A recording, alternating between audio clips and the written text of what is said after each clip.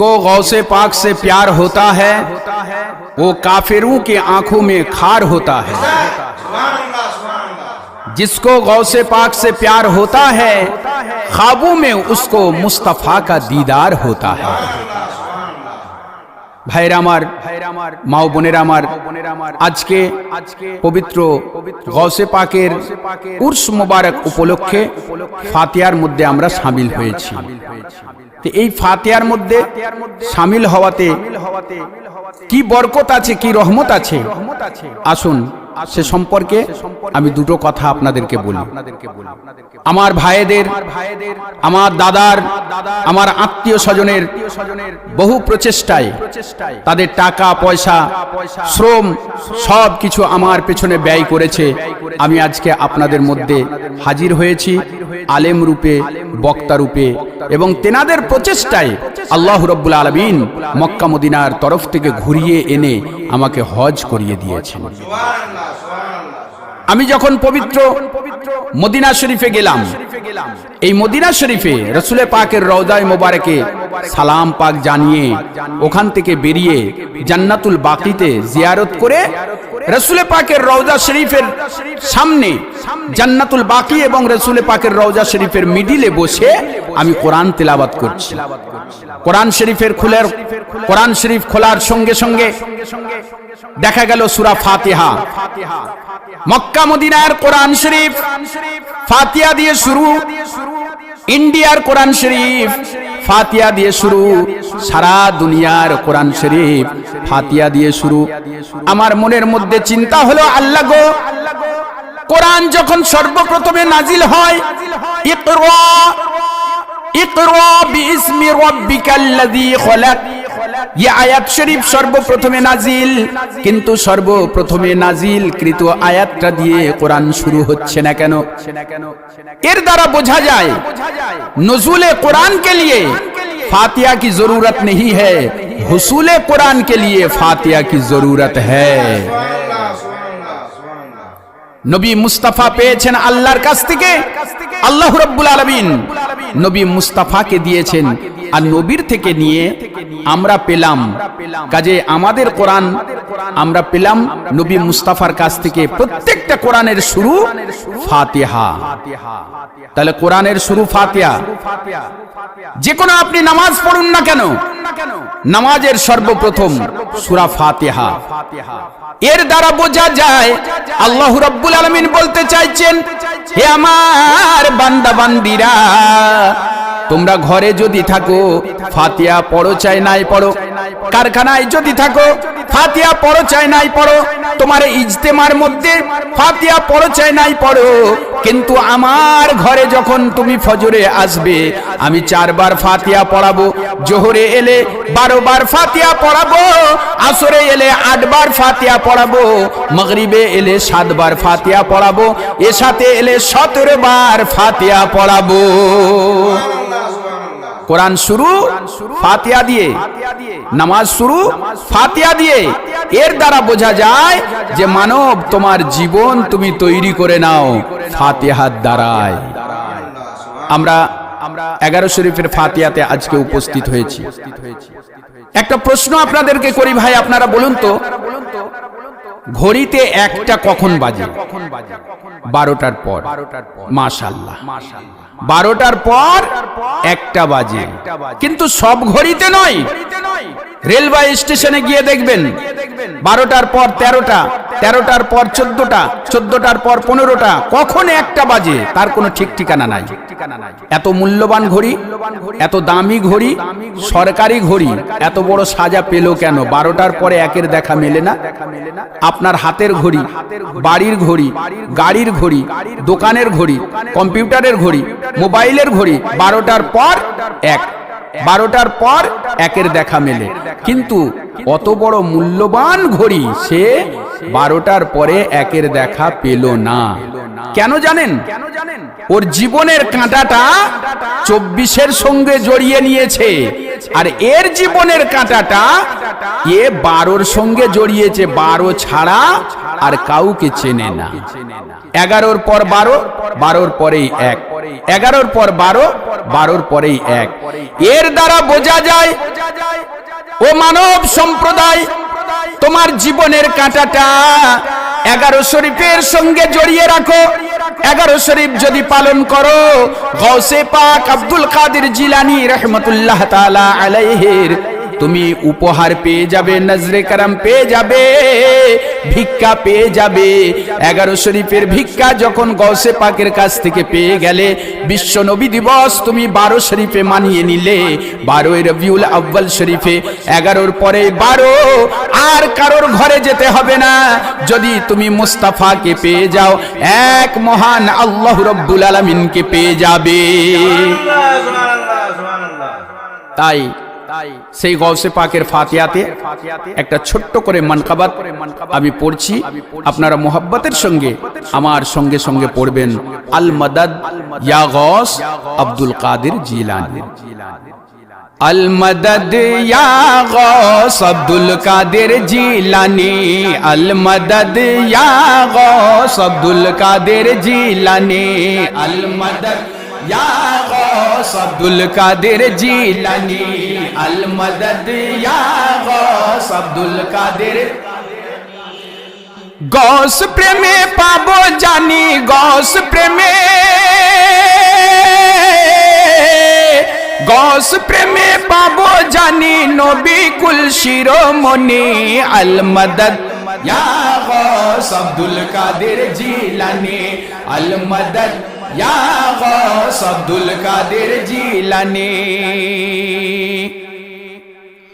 আবু সলে মুসা জঙ্গি, উম্মুল খায়ের ফাতিমা, উম্মুল খায়ের ফাতিমা, যাদের উপর ঝরতো খোদার আরশ হতে করুণা, আরশ হতে করুণা, সেই করুণায় ধরা দিল ওলি কুল শিরোমণি। আল মাদাদ ইয়া গৌস আব্দুল কাদের জিলানী, আল মাদাদ ইয়া গৌস আব্দুল কাদের জিলানী, আল মাদাদ ইয়া গৌস আব্দুল কাদের জিলানী। আবু মানে হচ্ছে বাপ, সলে মানে পুণ্যবান, আবু সলে পুণ্যবানের পিতা। মুসা এটা হচ্ছে হিব্রু ভাষা, মু মানে পানি আর সা মানে গাছের শিকড়। হযরতে গৌসে পাকের আব্বাজান সদা সর্বদা নম্র মেজাজের, পানির মতো মেজাজের মতো ছিলেন, আর গাছের শিকড়ের মতো সদা সর্বদা আল্লাহর সিজদায় রত থাকতেন। এই জন্য ওনাকে মুসা বলা হতো। জঙ্গি, এ কথাটা যদি কারোর পিছনে লাগিয়ে দেওয়া হয়, জঙ্গি, আতঙ্কের সৃষ্টি হয়ে যায়, মানুষ দেখে ভয় করে। জঙ্গি মানে হচ্ছে যুদ্ধ অভিলাষী। যে মানুষটা যুদ্ধ করতে ভালোবাসে, তিনি কি ভালো মানুষ হতে পারেন? কোনোদিন হতে পারেন না। কিন্তু আবু সলে ইনি সমস্ত পুণ্যবানের পিতা, কিন্তু জঙ্গি হলো কেন? এনার নামের শেষে যুদ্ধ হচ্ছে দুই প্রকার, একটা হচ্ছে ছোট যুদ্ধ আর একটা হচ্ছে বড় যুদ্ধ। সাহাবারা জিজ্ঞাসা করছেন, ইয়া রাসূলুল্লাহ, ইয়া হাবিবাল্লাহ, ছোট যুদ্ধ কোনটা? নবী আমার বলেন, ইসলাম ধর্ম প্রচার করণার্থে যারা আল্লাহর রাস্তায় শহীদ হয়ে গিয়েছেন, জান কুরবান করে দিয়েছেন, সেটা হচ্ছে ছোট যুদ্ধ। এখন চিন্তা করুন, জান কুরবান করাটা যদি ছোট যুদ্ধ হয়, তাহলে ইয়া রাসূলুল্লাহ বড় যুদ্ধ কোনটা? নবী মুস্তাফা আমার বলছেন যে শোনো, নফসে আম্মারার সঙ্গে যারা যুদ্ধ করলো, সেটাই হচ্ছে সবথেকে বড় যুদ্ধ। নফসে আম্মারার সঙ্গে যুদ্ধ করাটাই হচ্ছে সবথেকে বড় যুদ্ধ। হযরতে গৌসে পাকের আব্বাজান ইনি নফসে আম্মারার সঙ্গে যুদ্ধ করেছেন। এ ঘটনা আপনারা জানেন, আপেলের বাগানের ঘটনা। আপেল খেয়েছিলেন, যার কারণে 12 বছর ধরে বাগানের খেদমত করার পরে একজন লুলো, একজন ল্যাংড়া, কানে বধির, চোখে কানা, মুখে বোবা, এইরকম একটা মেয়েকে বিয়ে করতে উদ্যত হয়েছিলেন। সেই মেয়েটা কে? ইনি হচ্ছেন উম্মুল খায়ের ফাতিমা। ফিয়ালিফ তৈমিম ফাতিম, ফাতিম শব্দের অর্থ হচ্ছে দুধ ছাড়া বাচ্চা। যে বাচ্চাটা সবেমাত্র মাতৃস্তন ত্যাগ করেছে সে কিন্তু দুনিয়া নিয়ে মাতামাতি করে না। এনাদের দুজনের সংস্পর্শে আল্লাহ রাব্বুল আলামিন দুনিয়ার মধ্যে এক বেটা পাঠিয়ে দিলেন, যে বেটা হচ্ছে আব্দুল কাদের জিলানী রাহমাতুল্লাহ তাআলা আলাইহি। চাষি যদি এত উন্নত মানের হয়ে থাকে আর জমি যদি এত উর্বরতা সম্পন্ন হয়, তাহলে ফসল কেমন ফলবে চিন্তা করুন। সেই ফসল গৌসে পাক আব্দুল কাদের জিলানী রাহমাতুল্লাহ তাআলা আলাইহি ইনি যখন মায়ের পেটে ছিলেন তখন কি অবস্থা হচ্ছে একটু শুনুন। মায়ের গর্ভে থেকেও মায়ের করেছিলেন হেফাজত, করেছিলেন হেফাজত, রক্ষা করেন মায়ের আবরু ধরে বাগেরি সুরাত, ধরে বাগেরি সুরাত। মুরিদিলা তখফু জাহার রয়েছে অমর বাণী, আল মদদ ইয়া গৌস আব্দুল কাদের জিলানী, আল মদদ ইয়া গৌস আব্দুল কাদের জিলানী, আল মদদ ইয়া গৌস আব্দুল কাদের জিলানী। একজন ভিক্ষুক ভিক্ষা চাইতে এসে গৌস পাকের বাড়ি থেকে ফিরে যাচ্ছে, তখন গৌস পাক মায়ের গর্ভে ছিলেন। ভিক্ষুক যখন ভিক্ষা চাইছে কোন সারা শব্দ বাড়ির ভেতর থেকে এলো না। ভিক্ষুক তখন বলল, ইয়া আল্লাহ, এই বাড়ির ভেতর থেকে আমি প্রত্যেকবারেই এসে কিছু না কিছু একটা পাই, আজকে আমি ফিরে যাচ্ছি, কাল কিয়ামতের ময়দানে আল্লাহ তুমি এর বিচার করো।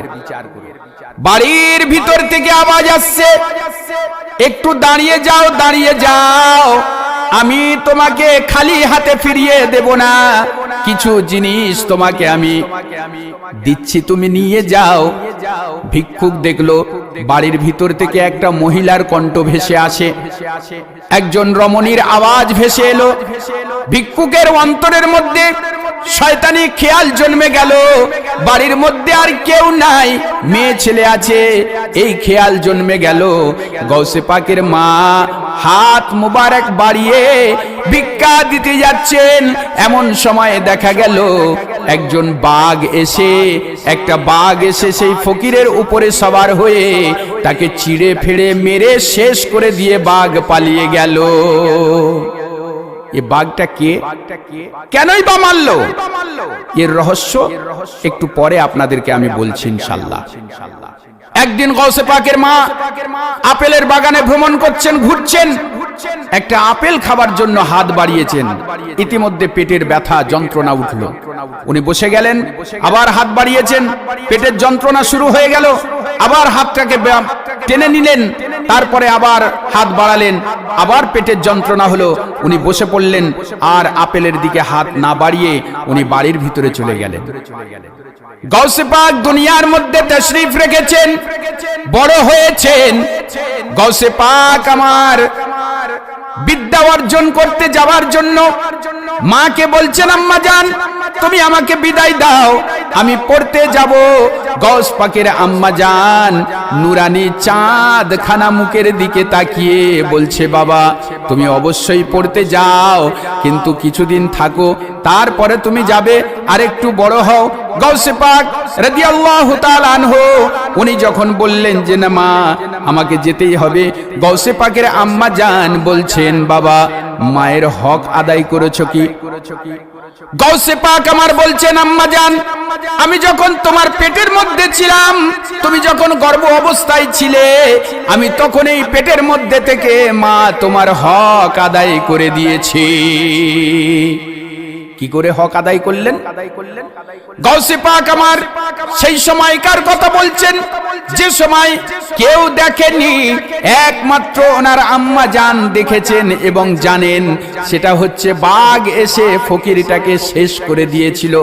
গৌসে পাক আমার বললেন, আম্মা জান তোমার কণ্ঠের আওয়াজ পেয়ে ফকিরের নিয়ত বদলে গিয়েছিল, আমি আল্লাহ রাব্বুল আলামিনের কাছে আরজি করলাম, মাওলা গো আমার মায়ের আবরু রক্ষা করতে হবে। আল্লাহ রাব্বুল আলামিন আমাকে শক্তি দান করলেন, আমি তোমার পেটের ভেতর থেকে আমি বেরিয়ে এসে বাঘের রূপ ধরলাম, বাঘের রূপ ধরে ফকিরটাকে শেষ করে দিলাম। তারপরে আবার আমি যেমন তোমার পেটের মধ্যে ছিলাম তোমার পেটের মধ্যে চলে গেলাম। আল্লাহু রাব্বুল আলামিন আমাকে এই রূহানি শক্তি দান করেছিলেন। মা, সেই বাঘ যে ছিল সে অন্য কেউ ছিল না, আমি তোমার ছেলে আব্দুল কাদের জিলানী ছিলাম। আরো একটা ঘটনা, মা, যেদিনে তুমি আপেল খাবার জন্য হাত বাড়িয়েছিলে বাগানে বসে, আমি সেদিনে পেটের ভেতর থেকে তোমার নাড়িটাকে টিপে ধরে যন্ত্রণা দিয়েছিলাম। মা, আমাকে ক্ষমা করো। কেন আমি যন্ত্রণা দিয়েছিলাম? এই কারণেই ওই আপেলের আশেপাশে একটা বিষধর জিনিস ছিল, তুমি হাত বাড়ালেই তোমাকে দংশন করত। মা, আমি এটা সহ্য করতে পারলাম না, এই কারণেই আমি পেটের নাড়িটা ধরে একটু মুছড়ে দিলাম, তোমার যন্ত্রণা হলো, তুমি বসে গেলে। তো মা, আমি পেটের ভিতর থেকে তোমার হেফাজত করেছি। তো ভাইরা আমার, মা ও বোনেরা আমার, যে গৌসে পাক রাদিয়াল্লাহু তাআলা আনহু মায়ের গর্ভের ভিতরে থেকে মাকে হেফাজত করতে পারেন, ও গৌসে পাক রাদিয়াল্লাহু তাআলা আনহু মুরিদের সম্পর্কে বলেছেন, লা তাখাফ, তোমরা ভয় করো না, আমি গৌসে পাক আব্দুল কাদের জিলানী রাহমাতুল্লাহ তাআলা আলাইহি আমি তোমাদের হেফাজত করব। গৌসে পাক আমার বলেন, আমি যদি পৃথিবীর পূর্ব প্রান্ত থাকি, আমার কোন মুরিদ যদি পৃথিবীর পশ্চিম প্রান্তে থাকে, রাত্রিরে শুয়ে থাকা অবস্থায় তার যদি হাঁটুর কাপড় উঠে যায়, আমি আব্দুল কাদের জিলানী নিজের হাত দিয়ে তার হাঁটুর কাপড়টা আমি ঢেকে দিই। এই কারণেই কবি কত সুন্দর ভাবে বলেছেন, দেখুন, মায়ের গর্ভে থেকেও মায়ের করেছিলেন হেফাজত, করেছিলেন হেফাজত, রক্ষা করেন মায়ের আবরু ধরে বাগেরি সুরাত, ধরে বাগেরি সুরাত। মুরিদি লা তাখাফ যাহার রয়েছে অমর বাণী, আল মদদ ইয়া গৌস আব্দুল কাদের জিলানী, আল মদদ ইয়া গৌস আব্দুল কাদের জিলানী, আল মদদ ইয়া গৌস আব্দুল কাদের। বাগদাদেরি সরজমিনে গৌস আপন জবানে, গৌস আপন জবানে বলেন আমার কদম সকল ওলি দেরি গর্দানে, ওলি দেরি গর্দানে। পীর খ্বাজা শুনে ये বাণী, পীর খ্বাজা, পীর খ্বাজা শুনে ये বাণী বলে ওঠেন তখনই, আল মদদ ইয়া গৌস আব্দুল কাদের জিলানী, আল মদদ ইয়া গৌস আব্দুল কাদের জিলানী। গৌসে পাক রাদিয়াল্লাহু তাআলা আনহু জুম্মার দিন খুতবার সময় উনি বলেছিলেন, বাগদাদ শরীফের সরজমিনে কদমি হাদিহি আলা রাকবাতি কুল্লি ওলি আল্লাহ, আমার কদম প্রত্যেকটা ওলিদের কাঁধে। হযরতে খ্বাজা গরিব নওয়াজ এই আওয়াজ যখন শুনলেন তো উনি বলে উঠলেন, ये आंखें, ये जिगर, ये दिल, ये सर है, जहां कहीं रखो कदम गौसे आजम। বাগদাদেরি সরজমিনে গৌস আপন জবানে বলেন আমার কদম সকল ওলি দেরি গর্দানে। পীর খ্বাজা শুনে ये বাণী বলে ওঠেন তখনই, আল মদদ ইয়া গৌস আব্দুল কাদের জিলানী, আল মদদ গৌস আব্দুল কাদের জিলানী, আল মদদ ইয়া গৌস আব্দুল কাদের। আজকে আমরা হাফেজ, কারি, মাওলানা, মুফতি অনেকেই আছি ভাই। গৌসে পাক, ওলিয়া উলিয়া, গৌস কুতুব, এনারা কে আগে জানতে হবে। আমরা বুঝতে যদি না পারি তার জন্য একটা কথা আমরা বলে থাকি, এটাই, চার তরিক না মানতে পারো একটা তরিক মেনে নাও, একটা তরিক নাও মেনে। চার তরিক না মানতে পারো একটা তরিক নাও মেনে। কোরআন হাদিস ইজমা কিয়াস পড়ে তুমি নাও জেনে। কি গর্ভে মায়ের কেমন করে, গর্ভে মায়ের, গর্ভে মায়ের কেমন করে হয় হাফিজে কুরআনী। আল মদদ ইয়া গাউস আব্দুল কাদের জিলানী, আল মাদাদ ইয়া গাউস আব্দুল কাদের জিলানী, আল মাদাদ ইয়া গাউস আব্দুল কাদের। চাষি যেমন চাষের তরে তৈরি করে নেয় মাটি, তৈরি করে নেয় মাটি, পীরের দ্বারে তওবা করে মনকে আগে কর খাঁটি, মনকে আগে কর খাঁটি, মোহাম্মদী নূর আহাদি দিল করিবে রোশনি, আল মাদাদ ইয়া গাউস আব্দুল কাদের জিলানী, আল মাদাদ ইয়া গাউস আব্দুল কাদের জিলানী, আল মাদাদ ইয়া গাউস আব্দুল কাদের জিলানী। হযরতে গাউসে পাক রাদিয়াল্লাহু তাআলা আনহু উনি বাচ্চা অবস্থায় ছেলেদেরকে নিয়ে খেলা করতেন। কি খেলা? মরণ বাঁচনের খেলা। একসঙ্গে অনেক ছেলে খেলা করত, এক একজন এসে ডাক দিত মার যা, তো সবাই শুয়ে পড়তো। একটু পরে যখন ডাক দিত উঠ যা, তো সবাই উঠে যেত।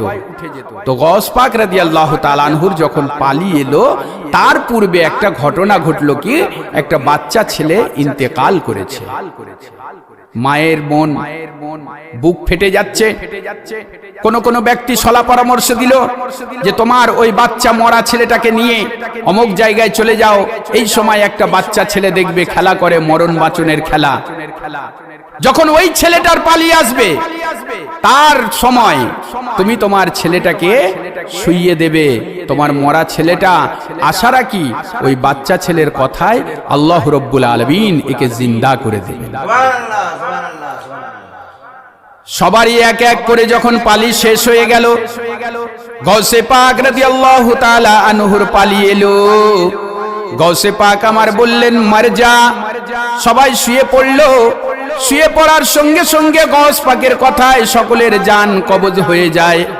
কিন্তু গাউসে পাক ঘুরে ফিরে আসার পর যখন উনি বলেন যে উঠ যা, তখন সবাই আবার জান ফিরে যায়, উঠে যায়। গাউসে পাক আমার যখন বলেছেন মার যা, মরে যা, সবাই শুয়ে পড়ার পর গাউসে পাক আমার এদিকে ওদিকে একটু গিয়েছেন। ওই মুহূর্তে মরা ছেলেটা তার মা নিয়ে ওই মরা ছেলেদের লাইনে শুইয়ে দিয়েছে। গাছের আড়াল থেকে দেখছে ওর মা, আর মনে মনে বলছে ইয়া গাউস আল মাদাদ, ইয়া গাউস আল মাদাদ, ইয়া গাউস আল মাদাদ। গাউসে পাক রাদিয়াল্লাহু তাআলা আনহু উনি ঘুরে ফিরে এসে যখন সবাইকে উঠতে বলেছেন উঠ যা, তো সবাই উঠে গিয়েছে। অরিজিনাল যে মরা ছেলেটা সে কিন্তু আর উঠছে না। গাউসে পাক রাদিয়াল্লাহু তাআলা আনহু ওই মরা ছেলেটির কাছে গিয়ে নিজের পা দিয়ে কদম মুবারক দিয়ে ঠক্কর মেরে বলছে কুম বেইজনি, এ মুর্দা তু জিন্দা হো যা। তো আল্লাহর কুদরতে গাউসে পাকের কথাতে সেই মরা ছেলে জিন্দা হয়ে গেল। তারও জবান থেকে আওয়াজ আসছে আল মাদাদ ইয়া গাউস আব্দুল কাদের জিলানী। মাকে জড়িয়ে ধরে সেই মরা ছেলে জিন্দা হয়ে মা আর বেটা দুজনেই পড়ছে আল মাদাদ ইয়া গাউস আব্দুল কাদের জিলানী। এই জন্য কবি বলেছেন খেলতো গাউস শিশুকালে মরণ বাঁচনের খেলা, মরণ বাঁচনের খেলা, সবার শেষে গাউস পিয়ার এলো ডাক দেওয়ার বেলা, এলো ডাক দেওয়ার পালা। মুর্দা জিন্দা হয়ে বলে মুর্দা জিন্দা, মুর্দা জিন্দা হয়ে বলে পেলো যখন রুহানি আল মাদাদ ইয়া গাউস আব্দুল কাদের জিলানী, আল মাদাদ ইয়া গাউস আব্দুল কাদের জিলানী, আল মাদাদ ইয়া গাউস। শেষ ছন্দ ये में हालिम করবে কি আজ গাউস পাকেরি তারিফ, গাউস পাকেরি তারিফ। যাহার শানে পাক কোরআনে সাক্ষী দেয় আয়াত শরীফ, সাক্ষী দেয় আয়াত শরীফ। একুল কুল দুকুলেতে একুল ওকুল, একুল ওকুল দুকুলেতে শুনতে পাবে এই ধ্বনি আল মাদাদ ইয়া গাউস আব্দুল কাদের জিলানী, আল মাদাদ ইয়া গাউস আব্দুল কাদের জিলানী, আল মাদাদ ইয়া গৌস আব্দুল কাদের। গৌস প্রেমে পাবো জানি, গৌস প্রেমে